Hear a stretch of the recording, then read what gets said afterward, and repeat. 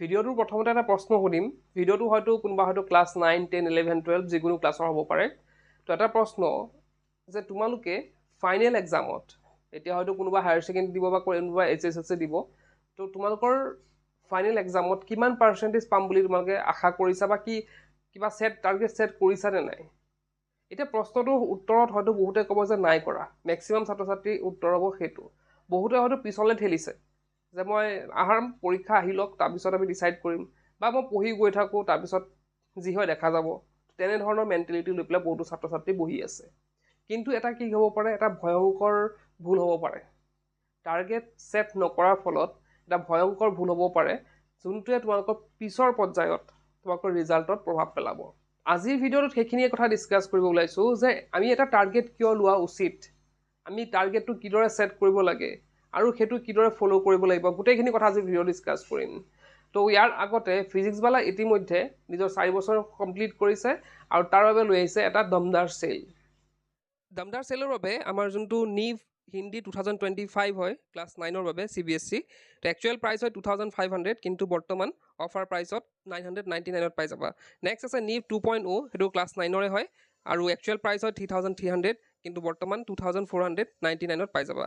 উড়ান 2.0 যদি কথা কওঁ, ইয়াতে ক্লাছ 10ৰ হয়, তো ইয়াতে একচুৱেল প্ৰাইচ হয় 3300, কিন্তু বৰ্তমান 2499ত পাই যাবা। নেক্সট আছে উদয় 1.0 2025 ক্লাছ 11ৰ বাবে, তো ইয়াতে 3500 হয় একচুৱেল প্ৰাইচ, কিন্তু বৰ্তমান 2499ত পাই যাবা। নেক্সট আছে পৰিশ্ৰম ক্লাছ 12ৰ বাবে 3500 হয় ইয়াৰ প্ৰাইচটো, কিন্তু বৰ্তমান 2499ত পাই যাবা। তো এই যোনখিনি কোৰ্চ আছে সেইখিনি CBSEৰ হয়। তো এইখিনি যি কোৰ্চ থাকিব সেইখিনি CBSE নিউ এক্সাম পেটাৰ্ণ আৰু চিলেবাছৰ ওপৰত ভিত্তি কৰি থাকিব। লেকচাৰবিলাক হিন্দী ইংলিছত থাকিব, ক্লাছ নোটছ দিয়া হ'ব, DBP সলিউশ্যন দিয়া হ'ব, চেপ্টাৰ ৱাইজ শ্বৰ্ট নোটছ থাকিব, weekly test, subject wise test, mock test সেইখিনি থাকিবই, লাইভ লেকচাৰ থাকিব তোমালোকৰ PW এপত। আকৌ কিবা যদি ডাউট থাকে সেই ডাউটখিনিও ক্লিয়াৰ কৰা হ'ব। তো এইখিনি যি অফাৰ দেখিছা সেইখিনি 25 মে to 31 মেলৈকে আছে, গতিকে সোনকালে কৰা।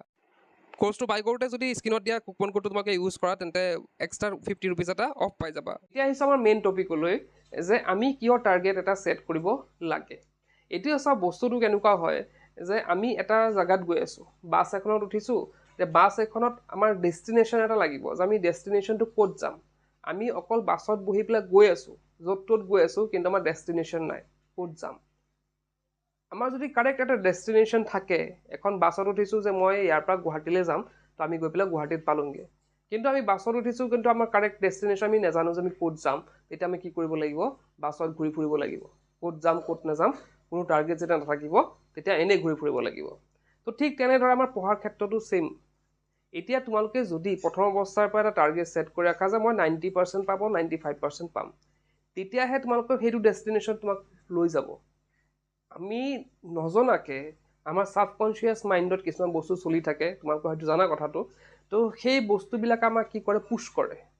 আমি যদি ভাবি লওঁ প্ৰথম অৱস্থাত যে মই 95% বা 90% পাম, সেই আমাৰ ইনাৰ যোনটো ষ্ট্ৰেংথ আছে সেইটো আমাক পুছ কৰিব যে তই 95% পাবই লাগিব, 90% পাবই লাগিব। নহ'লে বহুতৰ কি হয়, এই পঢ়াত বহি পেলাই বহুতৰ টোপনি ধৰে। কিয় ধৰে? কাৰণ তেওঁলোকৰ কোনো টাৰ্গেট নাই। তেওঁলোকে পঢ়িবলৈ মন নাযায়, পঢ়িবলৈ বহে হয়, কিন্তু পঢ়িবলৈ মন নাযায়। ইয়াৰ কাৰণ কি? কাৰণ তেওঁলোকৰ টাৰ্গেট নাই।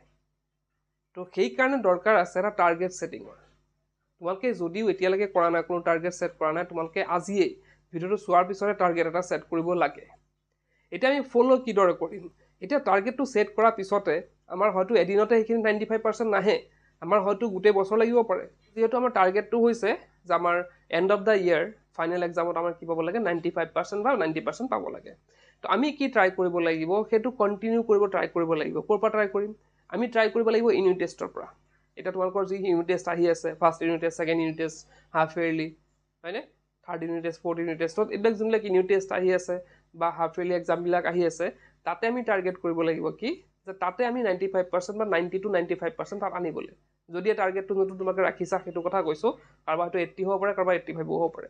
তো আমি যদি তাৰ পৰা ট্ৰাই কৰোঁ, কাৰণ আমাৰ ফাৰ্ষ্ট ইউনিট টেষ্ট আহি গ'ল, ফাৰ্ষ্ট ইউনিট টেষ্ট ধৰা 4-5টা চেপ্টাৰ আহিলে, সেই 4-5টা চেপ্টাৰ পঢ়ি পেলাই আমি কিদৰে 90 to 95% আনিম, সেইটো টাৰ্গেট প্ৰথমতে কৰিব লাগিব। নেক্সট আহি গ'ল হাফ ইয়াৰলি এক্সাম। তো হাফ ইয়াৰলি এক্সামত কি হ'ব, হাফ অফ দ্য চিলেবাছ আহিব। তো হাফ অফ দ্য চিলেবাছ পঢ়ি পেলাই আমি কিদৰে 90 to 95% পাব লাগে, সেইখিনি আমি টাৰ্গেট কৰিব লাগিব। ঠিক তেনেদৰে আমি ফাইনেলটো তেনেকৈ টাৰ্গেট কৰিম।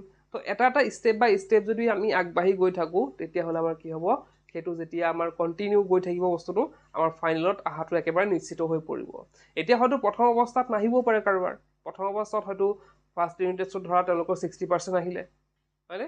তাৰপিছত আমি তেওঁলোকে কি কৰিব লাগিব, তেওঁলোকে টাৰ্গেট কৰিব লাগিব যে মই ফাৰ্ষ্ট ইউনিট টেষ্টত মোৰ মাত্ৰ 60% আহিছে, গতিকে ছেকেণ্ড ইউনিট টেষ্টত কি কৰিব লাগিব, 70% আনিব লাগিব। ঠিক তেনেদৰে হাফ ইয়েৰলিত 80% আনিব লাগিব, থাৰ্ড ফ'ৰ্থত ইউনিট টেষ্টত মই 80 বা 90% আনিব লাগিব। তো তেনেকৈ ইনক্ৰিজ কৰি গৈ থাকিব লাগিব। আৰু যিসকলে পাৰে তেওঁলোকেতো প্ৰথমৰ পৰা চেষ্টা কৰি থাকিব লাগিব। তো এনেদৰে যদি তোমালোকে টাৰ্গেট ৰাখি ৰাখি গৈ থাকা তেন্তে কি কৰিব লাগিব, তোমাক কি হ'ব, তোমালোকৰ এটা ভাল ৰিজাল্টটো হোৱাটো নিশ্চিত আজিয়ে লিখি লোৱা। আৰু এটা কথা ইয়াতে লিখি লোৱাৰ পৰা মনত পৰিছে, টাৰ্গেটটো যে তোমালোকে ৰাখিবা সেইটো তোমালোকৰ নিশ্চয় এটা পঢ়াৰ টেবুল আছে, পঢ়াৰ টেবুলৰ আগত লিখি ৰাখিবা যে মই তোমালোকে যিকোনো ক্লাছত যে মই HS দিম, ধৰি লোৱা হায়াৰ ছেকেণ্ডেৰী দিম, তো হায়াৰ ছেকেণ্ডেৰীত মোৰ কিমান আহিব, ইমান পাৰ্চেণ্ট আহিব, 90% আহিব। HSLC কিমান পাৰ্চেণ্ট আহিব, আমাৰ 90% আহিব। তো তেনেকৈ তোমালোকৰ নিজৰ নিজৰ টাৰ্গেটবিলাক তোমালোকে পঢ়াৰ টেবুলৰ আগত লিখিব পাৰা, বস্তুবিলাক চাই থাকিবা, টাৰ্গেটৰ কথা তোমালোকৰ মনত পেলাই থাকিবা, বা তোমালোকে যেতিয়া চাই থাকিবা তেতিয়া তোমালোকৰ কি হ'ব, ছাবকনচিয়াছ মাইণ্ডত সেইটো বস্তু ঘূৰি থাকিব আৰু তোমালোকক সহায় কৰিব পিছৰ অৱস্থাত সেই টাৰ্গেটটো ফুলফিল কৰিবলৈ। তেওঁলোকে মানে তোমালোকৰ নিজৰ, মই অলৰেডি ক'লোঁ যে ইনাৰ ষ্ট্ৰেংথ যোনটো আছে সেইটোৱে সহায় কৰিব তোমালোকৰ সেইটো টাৰ্গেট ফুলফিল কৰি দিবলৈ। আৰু তোমালোকে যি বিচাৰিবা পিছৰ অৱস্থাত তোমালোকে সেইটো পাব পাৰিবা। অকল টাৰ্গেট যে আমি এতিয়া ৰাখিব লাগে, অকল পঢ়াৰ ক্ষেত্ৰত টাৰ্গেট তেনেকুৱা নহয়, পিছৰ অৱস্থাতো আমাৰ টাৰ্গেট ৰাখিব লাগিব, বিভিন্ন ছাকচেছ হ'বলৈ, বিভিন্ন কৰ্মক্ষেত্ৰত ছাকচেছ হ'বলৈও টাৰ্গেট লাগিব। তো এতিয়াৰ পৰা যদি প্ৰেক্টিছ কৰা পিছৰ অৱস্থালৈ তোমালোকৰ নিশ্চয় ভাল হ'ব। আৰু সকলোকে অভিনন্দন জ্ঞাপন কৰিছোঁ, তোমালোকে টাৰ্গেট এটা ছেট কৰা আৰু কমেণ্ট বক্সত লিখা। প্ৰথম ষ্টাৰ্টিংটো ক'ৰ পৰা হ'ব, কমেণ্ট বক্সৰ পৰা হ'ব। তোমালোকে ভিডিঅ'টো চোৱাৰ পিছত কমেণ্ট বক্সত লিখিবা যে মোৰ টাৰ্গেট সিমান, আৰু বাকীখিনি মই যিদৰে ক'লোঁ সেইখিনি কাম তোমালোকে কৰি যাবা। তেন্তে আজিৰ ভিডিঅ'টো শেষ কৰিলোঁ, কি পঢ়িছোঁ উইকেল।